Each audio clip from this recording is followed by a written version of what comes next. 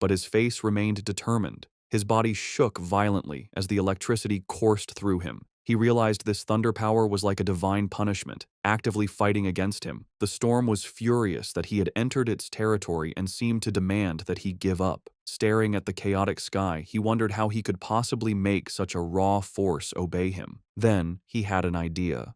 He calmed himself and remembered his system's rule. To get a power, he had to touch the energy source.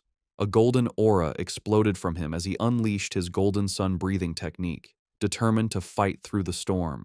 With a loud roar, Feng Yi pushed forward, using his flaming sword to cut a path through the storm of blue lightning. The clash of his golden energy against the raw storm created a huge, chaotic explosion. Blood trickled from his mouth from the strain, but his eyes burned with determination. He knew this was a desperate gamble where he had to push himself to his limit, facing death in order to live. Finally, after a hard struggle, he reached the peak. He plunged his sword into the ground, cracking the rock as he arrived at the center of the storm.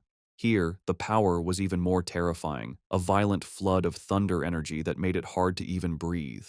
He felt the storm's full attention on him and realized it no longer just wanted to push him away, it wanted to kill him. As if to prove it, the storm gathered its full power and shot a single, massive beam of white-hot lightning directly at him, an attack meant to completely destroy him. As Feng Yi faced the storm's final attack, his system activated, detecting a powerful thunder attribute and starting to process it. Far below in the city, people watched from a tall building, amazed. One man taking a photo had never seen lightning so big. Another wondered if a god was going through a trial, even thinking he saw a person in the sky. At the mountain's peak, the fight ended in a brilliant explosion. Feng Yi had won. A system message confirmed it, announcing he had obtained refined divine thunder power and could now summon heavenly lightning to make his body godlike. He was rewarded with 5 writing points. Feng Yi now floated in the air, surrounded by blue lightning and his golden aura.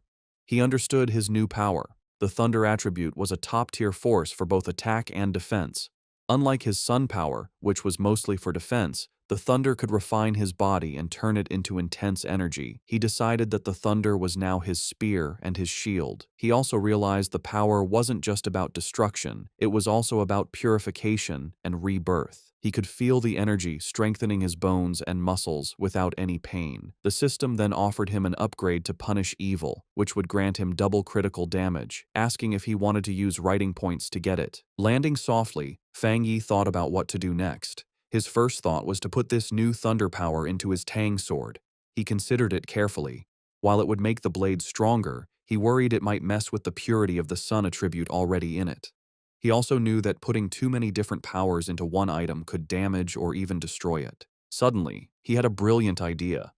Looking at his hand, he decided to do something different. He would implant the thunder attribute directly into his right hand. The system immediately responded, asking if he wanted to put the thunder attribute into the chosen item. A confident smirk appeared on his face as he gave the command. Instantly, all the wild blue lightning in the air rushed into his right hand as he claimed the storm's power for himself. The next day on the storm-damaged peak of Mount Yuhuang, the immediate danger was gone.